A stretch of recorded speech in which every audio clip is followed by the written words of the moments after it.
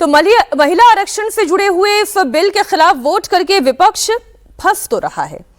ममता बनर्जी को बंगाल में हो सकता है कि थोड़ा 1-2% का नुकसान हो, जो अभी आलोक जी कह रहे थे।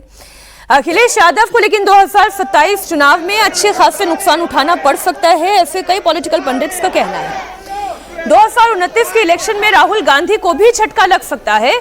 हालांकि तमिलनाडु की डीएमके एकमात्र ऐसी पार्टी है जिसे बेनिफिट दिखाई दे रहा है। स्टालिन को बिल के विरोध में काला कपड़ा पहनने का फायदा मिल सकता है, क्योंकि स्टालिन की पार्टी डीएमके ने इसे साउथ वर्सेस नॉर्थ का इश्यू बनाया था। तमिलनाडु की सभी 234 विधानसभा सीटों पर 23 अप्रैल को वोटिंग होगी और जब पब्लिक वोट डालने के लिए पहुंचेगी तो उनके मन में क्या होगा? क्या पोलिंग बूथ पर महिलाओं का गुस्सा दिखेगा या नॉर्थ वर्सेस साउथ वाला इश्यू चलेगा?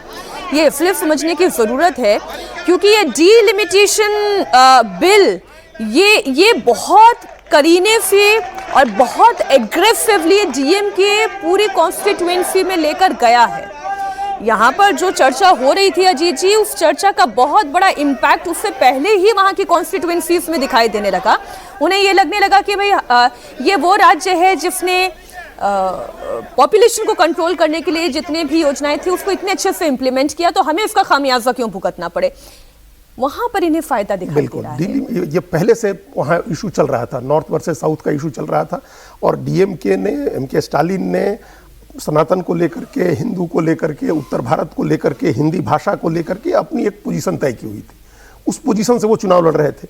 वो पोजीशन थोड़ी और स्ट्रांग हो गई इससे, क्योंकि लगा कि अचानक सरकार परिसीमन बिल ले आई है और अगर जैसे ये बार बार ये क्लियर किया गया कि 50% आपकी सीटें बढ़ेंगी, 50% इधर भी बढ़ेंगी। इसके बावजूद जो नैरेटिव बना वो ये है कि मान लीजिए कि उनका 39 सीटें हैं लोकसभा की, 50 बढ़ के 60 हो जाती हैं। अगर 50% सीट बढ़ती है तो 60 सीट हो जाएगी। उत्तर प्रदेश में 80 सीटें हैं, बढ़ेंगी 50% तो 120 हो जाएंगी। तो अभी 39 वर्सेज 80 है, 41 सीट का अंतर है।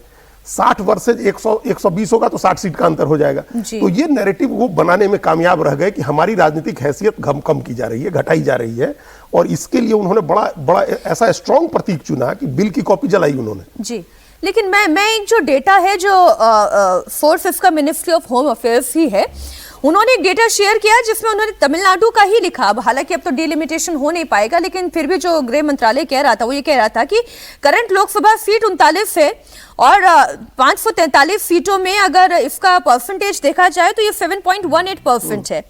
अगर डिलिमिटेशन हो जाता तो संख्या बढ़कर 59 हो जाती सीटों की और जो परसेंटेज है वो 7.23 का हो जाता। तो यहां पर भी तो बढ़ता हुआ दिखाई दे रहा था। तो केंद्र सरकार समझाती रह गई, लेकिन डीएमके नहीं समझी और ना उनकी, मुझे नहीं लगता कि वहां पर लोगों को भी ऐसा लगा है कि केंद्र सरकार की मंशा गलत नहीं है। देखिए, केवल इस बिल पर नहीं, जैसा मैंने बंगाल में कहा कि फायदा बीजेपी को उतना नहीं है, उसी तरह से डीएमके का एक तमिल अस्तित्व जो कहना चाहिए, तमिल मतलब आप ये कहिए, वो तो एक समय में श्रीलंका के साथ जो था तमिल हमारे लिट्टे का मामला था, उसमें तो डीएमके उनका साथ दे रहे थे अलग। तो अब ये लड़ाई राष्ट्रवाद जो बीजेपी का एजेंडा है, जो जाति के विरुद्ध भी जिस तरह से, ठीक है जाति के हिसाब से टिकट भी देते हैं, ऐसा नहीं कि डीएमके उन लोगों को आकर के लोगों को नहीं दे रहे या एडीएमके के लोगों को जोड़ा है। अब ये लड़ाई लंबी इसीलिए है, मैं अभी भी इसलिए कह रहा हूं, इस चुनाव में जो उन्होंने काला कपड़ा पहना या वहाँ खुद, इस पर भी मैं एक लाइन कहूँगा। देखिए, वो जैसे राहुल गांधी ने फाड़ा था ऑर्डिनेंस मनमोहन सिंह के समय का, इनको एज ए चीफ मिनिस्टर, वो तब चीफ मिनिस्टर की पोस्ट पर नहीं थे, यहाँ ये चीफ मिनिस्टर की पोस्ट पर रह के एक जो संसद में चर्चा हो रही है उसको जलाना कितना ही देखा जाए तो बहुत ही गंभीर अपराध है, मेरा ऐसा मानना है। आप यदि डॉक्यूमेंट को जो एक पार्लियामेंट का डॉक्यूमेंट है, इस तरह से मुझे लगता है कि इन्होंने उसको, लेकिन इसका फायदा इसलिए खाली इस इशू पर नहीं आएगा कि सीट घट रही थी या तमिलनाडु को नुकसान है, उनको तमिल अस्तित्व को लेकर के, और इसलिए बीजेपी वहाँ पर उन महिलाओं को लेकर के जो नया वोट बैंक बना रही है, अभी वहाँ फिर प्रधानमंत्री आज जा रहे हैं या कल जाने वाले हैं, उसमें उनको अपना उपयोग करेंगे महिलाओं को लेकर के।